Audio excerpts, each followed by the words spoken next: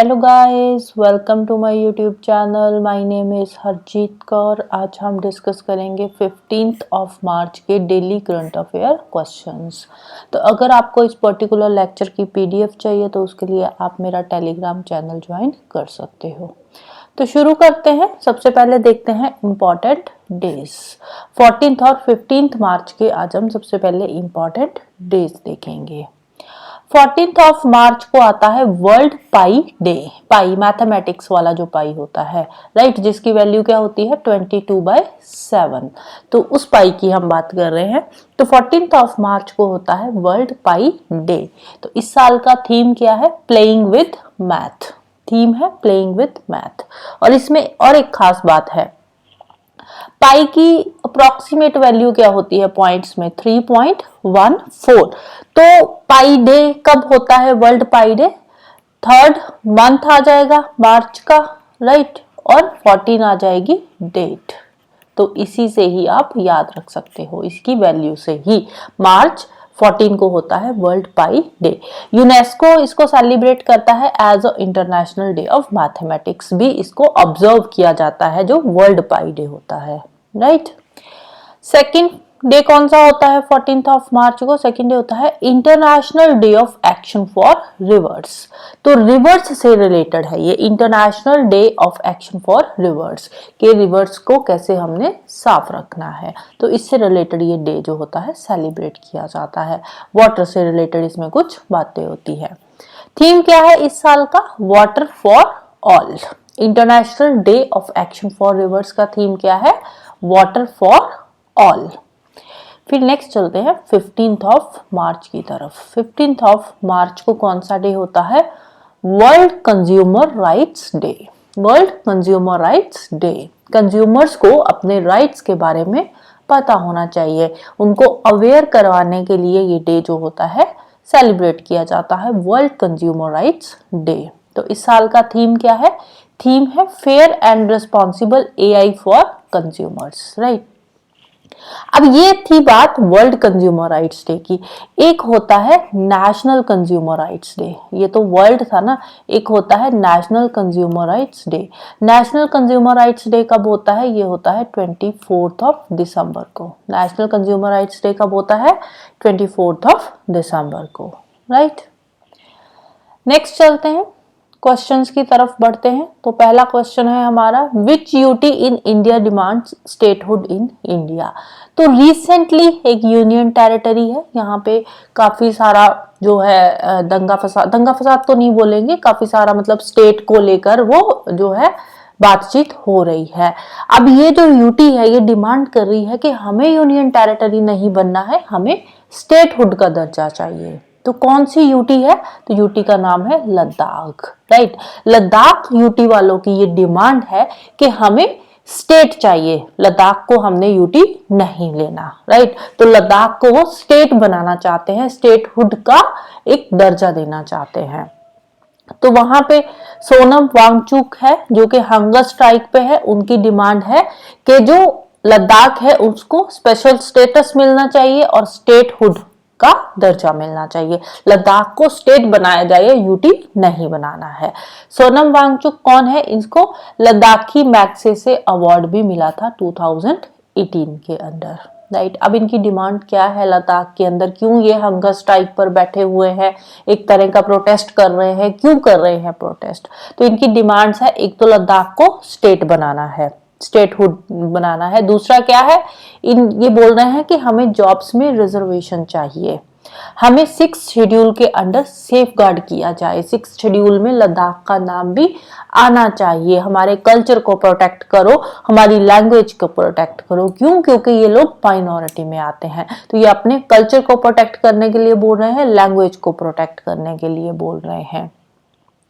इसके अलावा इनकी डिमांड है कि जो ले एंड कारगिल है उनको सेपरेट पार्लियामेंट्री कॉन्स्टिट्यूएंसीज बनाया जाए, ले एंड कारगिल वाले एरियाज को, राइट। तो ये इनकी कुछ डिमांड्स है जिनको लेकर ये प्रोटेस्ट कर रहे हैं। नेक्स्ट है operation Kamdhenu launched in which state. Kamdhenu operation launch किया गया है तो कौन सी स्टेट के अंदर? जम्मू एंड कश्मीर के अंदर। जम्मू कश्मीर के अंदर लॉन्च किया गया है by the police, police of Jammu and Kashmir. Operation Kamdhenu किससे रिलेटेड है? To combat cattle slaughtering, right. Cattle वगैरह जो है उसके उनको सेफ गार्ड करने के लिए है ये ऑपरेशन कामधेनु। तो बेसिकली किससे रिलेटेड है? कैटल से रिलेटेड है, राइट। नेक्स्ट क्वेश्चन है हमारा, वेयर इज कोचराब आश्रम? कोचराब आश्रम कहाँ पे है? साबरमती आश्रम कहाँ पे है? तो जहाँ पे साबरमती आश्रम है वहीं पे कोचराब आश्रम है, राइट। तो साबरमती आश्रम गुजरात के अंदर है, तो कोचराब आश्रम भी गुजरात के अंदर है। अब इससे रिलेटेड न्यूज क्या है? तो रिसेंटली रीडेवलपमेंट का काम चल रहा है, तो जो कोचराब आश्रम है उसकी रीडेवलपमेंट हो चुकी है, राइट। तो कोचराब आश्रम जो है उसकी इनॉग्रेशन करी गई है हमारे प्राइम मिनिस्टर जी के द्वारा ही। तो इसको जो रीडेवलप हो चुका है कोचराब आश्रम, तो इसकी इनॉग्रेशन हुई है। कब हुई है? 12 ऑफ मार्च को करी गई थी इसकी इनॉग्रेशन। 12 ऑफ मार्च को क्या स्पेशल था? क्योंकि 12 ऑफ मार्च को गांधी जी ने दांडी मार्च शुरू किया था, जिसको सॉल्ट सत्याग्रह भी बोलते हैं। तो 12 ऑफ मार्च 1930 को शुरू किया गया था, तो इसीलिए 12 ऑफ मार्च को इनॉग्रेशन इसकी हो चुकी है, क्योंकि कोचराब आश्रम को रीडेवलप किया गया है। अब इसके बाद बात आती है साबरमती आश्रम की। तो साबरमती आश्रम की रीडेवलपमेंट का फाउंडेशन स्टोन यहाँ पे रखा गया है। कोचराब आश्रम की इनॉग्रेशन हुई है, जो रीडेवलप किया गया है, रीडेवलप्ड कोचराब आश्रम की इनॉग्रेशन हुई है, और साबरमती आश्रम की और साबरमती आश्रम की रीडेवलपमेंट का फाउंडेशन स्टोन यहाँ पे रखा गया है, राइट। अब ये जो साबरमती आश्रम है ये करेंटली 5 एकड़ के एरिया में है, तो इसका एरिया बढ़ाया जाएगा 5 एकड़ से बढ़ाकर 55 एकड़ तक इसको एक्सपैंड किया जाएगा, और टोटल कॉस्ट इस पे आएगी 1200 करोड़ की, और अंडर विकसित भारत इसको रिडेवलप किया जा रहा है, राइट। नेक्स्ट चलते हैं। नेक्स्ट क्वेश्चन है हमारा, हु लॉन्चेस द दिल्ली ग्रामोदय अभियान? दिल्ली ग्रामोदय अभियान ये किसने लॉन्च किया है? तो ये लॉन्च किया गया है by union minister Amit Shah, union home minister, right. Home minister Amit Shah के द्वारा ये लॉन्च किया गया है। तो क्या किया गया है इसके अंदर, दिल्ली ग्रामोदय अभियान के अंदर, कि दिल्ली के आसपास जो 41 विलेजेस है उनको क्या किया जाएगा, एक तरह से उनकी डेवलपमेंट की जाएगी, और वहां पे पाइप्ड नेचुरल गैस कनेक्शंस भी इशू किए जाएंगे अंडर दिल्ली ग्रामोदय अभियान, राइट। नेक्स्ट क्वेश्चन है हमारा, which state gets its first robotic temple elephant? Robotic temple elephant, अब साउथ इंडिया में ना एक क्या है रिचुअल है साउथ इंडिया के अंदर, ये साउथ इंडिया का है, साउथ इंडिया की ही स्टेट है। तो वहां पे क्या होता है, वहां पे टेम्पल्स के अंदर एलिफेंट्स रखे जाते हैं और उनकी पूजा करी जाती है। बेसिकली गणेश जी की जैसे पूजा होती है, तो उनके लिए ही ये एलिफेंट्स रखे जाते हैं और उनकी पूजा होती है। तो अब यहाँ पे क्या होता है, यहाँ पे जो एलिफेंट्स है ये प्रॉपरली मंदिर के अंदर उनको रखना, एक तरह का वाइल्ड एनिमल है, तो उनको प्रॉपरली वहां पे हाइजीन नहीं मिलता। तो एक तरह का वाइल्ड एनिमल है, उसको एक जगह पे रखोगे तो वो सही बात नहीं है। तो इसीलिए अब जो एलिफेंट होंगे, मंदिर के जो रिचुअल्स है, वहां के टेम्पल्स के जो रिचुअल्स है, उनका तो ध्यान रखा जाएगा, लेकिन अब रिचुअल्स जो परफॉर्म किए जाएंगे वो रोबोटिक एलिफेंट से रिचुअल्स परफॉर्म किए जाएंगे। अब एलिफेंट होगा, लेकिन ये कौन सा होगा, रोबोटिक एलिफेंट होगा। तो रिसेंटली तमिलनाडु के अंदर जो है रोबोटिक टेम्पल एलिफेंट जो है, रोबोटिक एलिफेंट टेम्पल के अंदर जो है वो इंस्टॉल किया गया है रिचुअल्स के लिए। तो इसके बारे में थोड़ा सा और देख लेते हैं, कौन सा टेम्पल है। देवरशोला जो है गुदालूर के अंदर, तो वहां पे एक शिवन टेम्पल है। शिवन टेम्पल के अंदर ये पहला रोबोटिक एलिफेंट जो है वहां पे लाया गया है। तो इसकी हाइट है 11 फीट की, 11 फीट टॉल है, और वेट है अराउंड 800 किलोग्राम, राइट। तो यहाँ पे जो भी इनका कल्चर था टेम्पल का, उसको प्रॉपरली मेंटेन किया जाएगा। एलिफेंट जो है उसकी वैसे ही पूजा होगी, वैसे ही सेम रिचुअल्स परफॉर्म किए जाएंगे, लेकिन यहाँ पे जो एलिफेंट होगा वो कौन सा होगा, रोबोटिक एलिफेंट होगा। क्यों? क्योंकि यहाँ पे एलिफेंट को कैप्टिविटी में नहीं रखा जाएगा, क्योंकि अगर वाइल्ड एलिफेंट आएगा तो उसको कैप्टिविटी में रखा जाएगा, टॉर्मेंटिंग होगी। तो इन सब चीजों को रोकने के लिए रोबोटिक एलिफेंट जो है वहां पे इंस्टॉल किया गया है। तो इससे पहले केरला के अंदर जो फर्स्ट अगर हम बात करें फर्स्ट इन द कंट्री, अगर कोई लाइफ लाइक एलिफेंट किसी टेम्पल के अंदर रिचुअल्स को परफॉर्म करने के लिए लाया गया था, तो वो केरला के अंदर लाया गया था, केरला के थ्रीसूर डिस्ट्रिक्ट के अंदर। कौन से टेम्पल में? अरिंजदपल्ली श्री कृष्णा टेम्पल, अरिंजदपल्ली श्री कृष्णा टेम्पल। अब साउथ इंडियन नेम है तो थोड़े बहुत प्रोनाउंसिएशन इधर उधर हो जाती है, सॉरी फॉर द प्रोनाउंसिएशन। तो कौन से टेम्पल के अंदर जो पहला लाइफ लाइक एलिफेंट था रिचुअल्स परफॉर्म करने के लिए जो इंस्टॉल किया गया था, उस तो कौन से टेम्पल के अंदर था? तो रिंजदापल्ली श्री कृष्णा टेम्पल के अंदर था, केरला में। कौन से डिस्ट्रिक्ट में? थ्रिसुर डिस्ट्रिक्ट के अंदर। तो रिसेंटली अभी तमिलनाडु के अंदर भी शिवान टेम्पल के अंदर एक जो एलिफेंट, रोबोटिक एलिफेंट है, वो लाया गया है रिचुअल्स को परफॉर्म करने के लिए, राइट। नेक्स्ट है world's largest literature festival Sahityotsav held in, largest literature festival Sahityotsav. तो कहां पे ये होने जा रहा है? लार्जेस्ट, वर्ल्ड का लार्जेस्ट लिटरेचर फेस्टिवल है ये, तो न्यू दिल्ली के अंदर हो रहा है ये वर्ल्ड का लार्जेस्ट लिटरेचर फेस्टिवल। नाम क्या है? साहित्योत्सव, राइट। तो नाम याद रखना है। तो कहां पे हो रहा है? न्यू दिल्ली के अंदर। कब से कब तक है? 11 से 16 ऑफ मार्च तक ये होगा। तो डेट्स इतनी इंपॉर्टेंट नहीं हो, स्किप भी कर सकते हो। तो ये जो फेस्टिवल है इसको कौन जो ऑर्गेनाइज करवा रहा है? तो इसको ऑर्गेनाइज करवा रहा है Sahitya academy, the national academy of letters in India. तो वो इसको ऑर्गेनाइज करा रही है to commemorate its 70 years of journey. तो इसको 70 साल पूरे हो गए हैं, तो उसके लिए ये वर्ल्ड का लार्जेस्ट लिटरेचर फेस्टिवल साहित्योत्सव जो है ऑर्गेनाइज होने जा रहा है। दिल्ली के अंदर हो चुका है, अभी चल रहा है, 16 ऑफ मार्च तक ये चलेगा, राइट। नेक्स्ट है शेरनी इज लॉन्च्ड बाय, शेरनी क्या है ये? शेरनी, शेरनी लॉन्च करी है यूजीसी ने, university grant commission, right. UGC क्या है? यूनिवर्सिटी ग्रांट कमीशन ने लॉन्च करा है शेरनी। शेरनी क्या है? शेरनी की फुल फॉर्म क्या है? एक बार फुल फॉर्म देख लेते हैं शेरनी की। तो शेरनी की फुल फॉर्म है she research network India, she research network India. तो ये बेसिकली जो फीमेल साइंटिस्ट है उनको एम्पावर करने के लिए ये जो शेरनी नाम का एक तरह का प्रोजेक्ट है वो लाया गया है।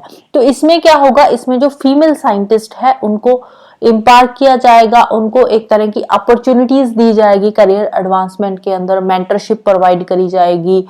इसके अलावा उनको एक स्ट्रॉन्ग प्रोफेशनल नेटवर्क प्रोवाइड करवाया जाएगा, एक एस्टैब्लिश किया जाएगा, सो दैट कि जो फीमेल साइंटिस्ट है उनको भी आगे आने का मौका मिले, राइट। तो शेरनी की फुल फॉर्म इंपॉर्टेंट है, इसको याद रखना है, she research network India. Next है the winner of 2024 Pritzker architecture prize. अब किसको मिला है ये? राइकन यामामोटो, राइकन यामामोटो को ये मिला है। कौन सा प्राइज है? 2024 का प्रिज्कर आर्किटेक्चर प्राइज, आर्किटेक्चर के फील्ड में मिलता है प्रिज्कर आर्किटेक्चर प्राइज। किसको मिला है? रिकन यामामोटो को मिला है। अब ये जो रिकन यामामोटो है ये कौन से कंट्री के है? तो ये है जापान के। ये नाम भी इंपॉर्टेंट है, रिकन यामामोटो कौन सी कंट्री के हैं? ये जापान के हैं। और कौन सा प्राइज मिला है? प्रिज्कर आर्किटेक्चर प्राइज मिला है 2024 का, राइट।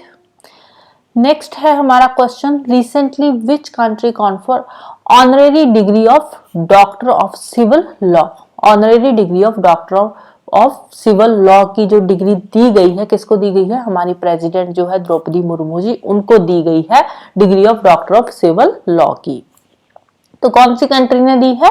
तो कंट्री का नाम है मॉरिशियस।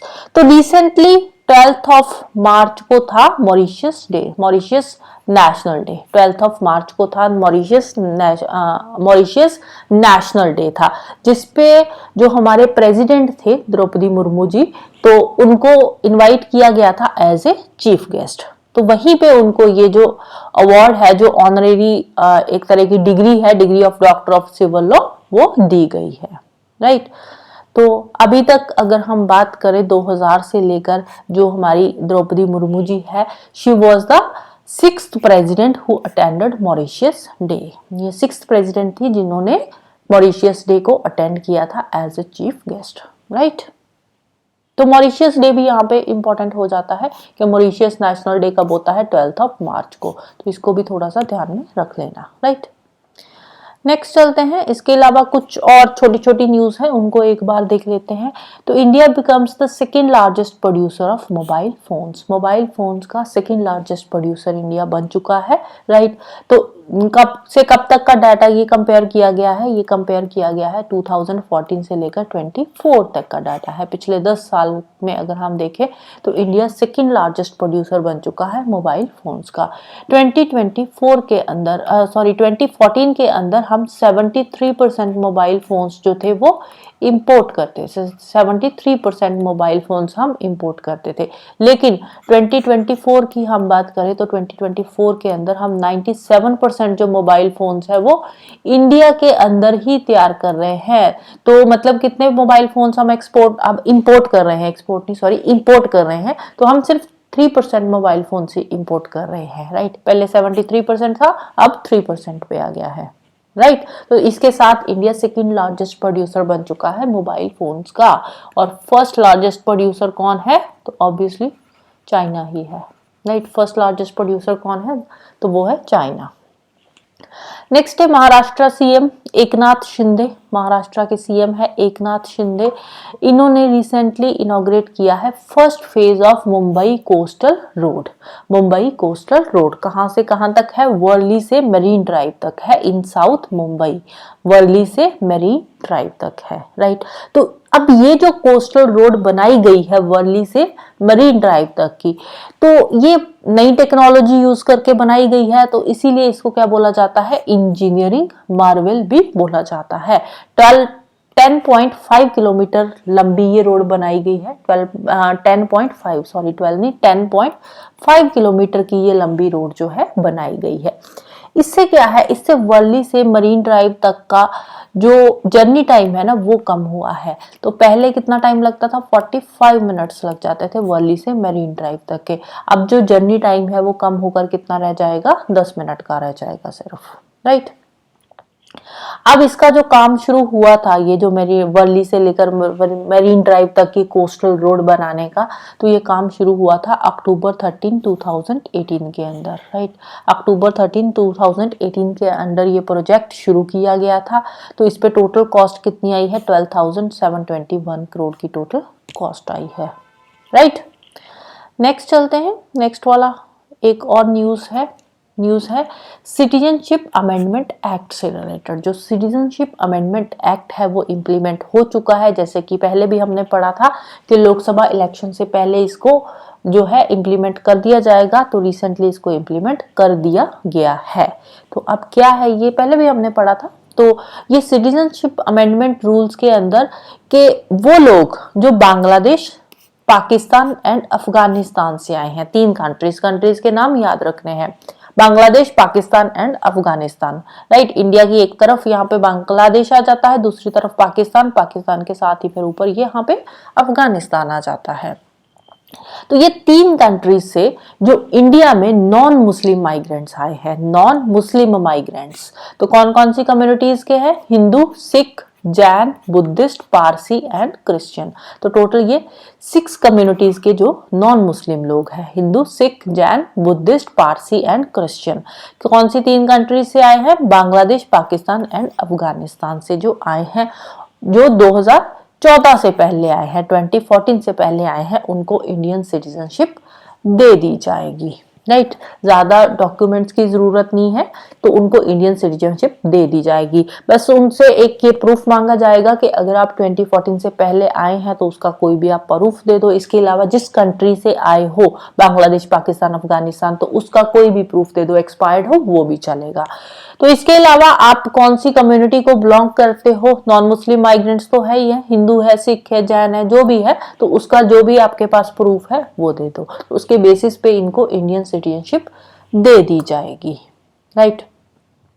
तो कौन से रूल के अंडर दी जाएगी, अब देखो पहले था 1955 सिटीजनशिप एक्ट। 1955 सिटीजनशिप एक्ट क्या कहता था कि 11 इयर्स जिसको हो गए हैं, जो भी इंडिया में रह रहा है पिछले 11 इयर्स के, तो उनको सिटीजनशिप दी जाएगी। लेकिन यहाँ पे इन्होंने एक तरह का सिटीजनशिप का एक फास्ट ट्रैक जो है प्रोसेस वो शुरू किया है। जो 2019 में जो बिल था वो पास हो चुका था, 2019 के अंदर पास हो चुका था, तो उस टाइम पे इन्होंने बोला था कि आपको 5 साल हो चुके हैं इंडिया में रहते हुए तो आपको इंडियन सिटीजनशिप मिल जाएगी, राइट। तो उसके लिए जो भी इन्होंने छोटे मोटे डॉक्यूमेंट्स मांगे हैं तो वो इनको देने होंगे। ऑनलाइन पोर्टल जो है वो शुरू हो चुका है, ऑनलाइन एप्लीकेशंस ये सबमिट कर सकते हैं, इंडियन सिटीजनशिप के लिए अप्लाई कर सकते हैं। लेकिन यहाँ पे कुछ एक्सेप्शंस है। एक्सेप्शंस कौन सी है? जो ट्राइबल एरियाज में रह रहे हैं, कौन से tribal areas? Assam, Meghalaya, Mizoram and Tripura. तो इन 4 स्टेट्स के ट्राइबल एरियाज के जो लोग हैं तो उनको सिटीजनशिप नहीं दी जाएगी, राइट। इसके अलावा इनर लाइन जो स्पेशल परमिट जोन है, इनर लाइन परमिट जोन, तो यहाँ पे जो लोग हैं उनको भी सिटीजनशिप नहीं दी जाएगी। इनर लाइन परमिट के अंदर कौन कौन सी स्टेट आ जाती है? अरुणाचल प्रदेश आ जाएगी, मिजोरम हो गया, इसके अलावा नागालैंड, मणिपुर और हिमाचल प्रदेश। लक्षद्वीप भी आ जाता है इसके अंदर, लक्षद्वीप एंड हिमाचल प्रदेश। तो ये वाली सारी स्टेट्स ये किस में आ जाती है? इनर लाइन परमिट के अंदर। तो जो इनर लाइन परमिट की जोन्स है यहाँ पे तो जो इंडियन सिटीजन्स है वो भी जाकर कुछ टाइम के लिए रह सकते हैं, लेकिन परमानेंटली यहाँ पे नहीं रह सकते। इंडियन सिटीजनशिप जो इंडियन सिटीजन्स है वो भी। तो इन स्टेट्स जो ये वाली स्टेट्स है जो इनर लाइन परमिट की स्टेट्स है तो इनको एक लीगल डॉक्यूमेंट इशू किया है इन स्टेट्स ने। ये वाली जो स्टेट्स है इन्होंने एक लीगल डॉक्यूमेंट इशू किया है जिसमें क्या लिखा हुआ है? जो स्टेट गवर्नमेंट है, स्टेट गवर्नमेंट की जो अथॉरिटीज है उन्होंने इशू किया है, उनके अकॉर्डिंग जो इंडियन सिटीजन जो है, इंडियन सिटीजन लोग भी जो है वो भी इन स्टेट्स में आ सकते हैं आकर, लेकिन कुछ टाइम के लिए रह सकते हैं, परमानेंटली वहां पे सेटल नहीं रह हो सकते। एक लिमिटेड टाइम पीरियड के लिए वहां पे रह सकते हैं, परमानेंटली सेटल होना तो इंडियन सिटीजन्स को भी अलाउड नहीं है। तो बाकी के जो लोग हैं अगर यहाँ पे रह रहे हैं तो उनको इंडियन सिटीजनशिप नहीं मिलेगी, क्योंकि ये वाली जो स्टेट है ये इनर लाइन परमिट जोन के अंदर आती है, right. So that's all for today. तो जाने से पहले वीडियो को लाइक कर देना, शेयर कर देना एंड चैनल को सब्सक्राइब कर लेना। Thank you, bye bye and have a nice day.